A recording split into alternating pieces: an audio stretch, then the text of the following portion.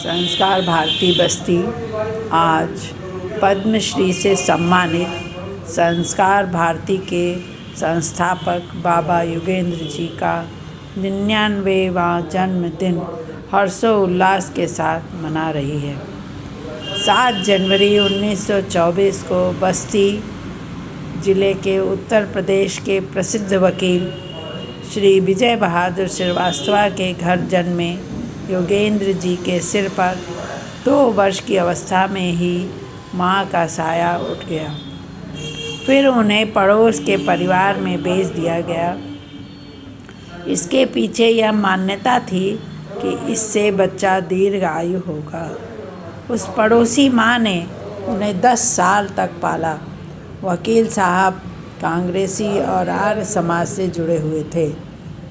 जब मोहल्ले में आरएसएस की शाखा लगने लगी तो उन्होंने योगेंद्र जी को वहां जाने को कहा। छात्र जीवन में इनका संपर्क गोरखपुर में संघ के प्रचारक नाना देशमुख जी से हुआ।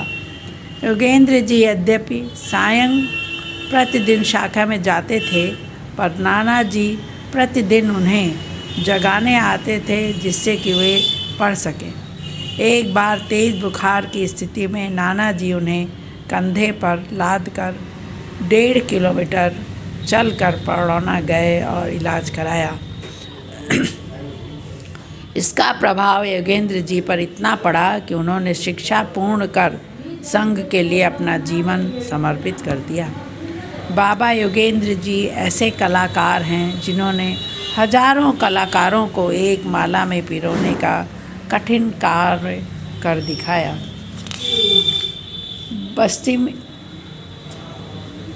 में जन्मे योगेंद्र जी का मुख्यालय माधव भवन आगरा में है। इन्होंने बहुत से कार्य किए हैं, जैसे देश को समर्पित प्रदर्शनी लगाई। 1942 में प्रथम संघ शिक्षा वर्ग की प्रदर्शनी। 1945 में प्रचारक बने। देश के विभाजन के समय एक प्रदर्शनी बनाई जिसको देखकर सबके आंखों में आंसू आ गए। फिर तो प्रदर्शनी का सिलसिला चल पड़ा।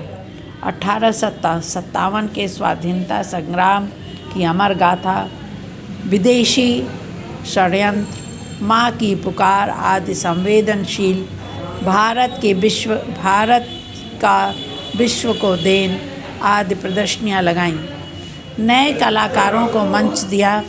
संघ नेतृत्व में योगेंद्र जी की इस प्रतिभा को देखकर संस्कार भारती नामक संगठन का निर्माण किया और उसका कार्यभार उन्हें सौंप दिया।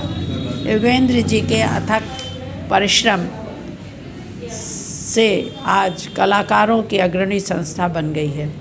अब तो इसकी शाखाएं विश्व की अनेक देशों में स्थापित हो चुकी हैं।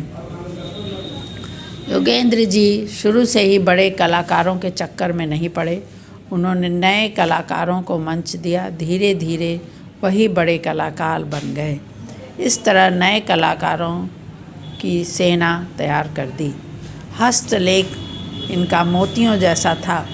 योगेंद्र जी की सरलता एवं अहंकार शून्यता उनकी बड़ी विशेषता है। किसी प्रदर्शनी के निर्माण में आज भी एक साधारण मजदूर की तरह काम में जुट जाते हैं। इनका हस्तलेख मोतियों जैसा है, इसलिए लोग इनके पत्रों को संभाल कर रखते हैं। ईश्वर से प्रार्थना करती हूँ कि योगेंद्र बाबा दीर्घायु रहकर इसी प्रकार कला के माध्यम से देश की सेवा करते रहें। जय हिंद, जय भारत।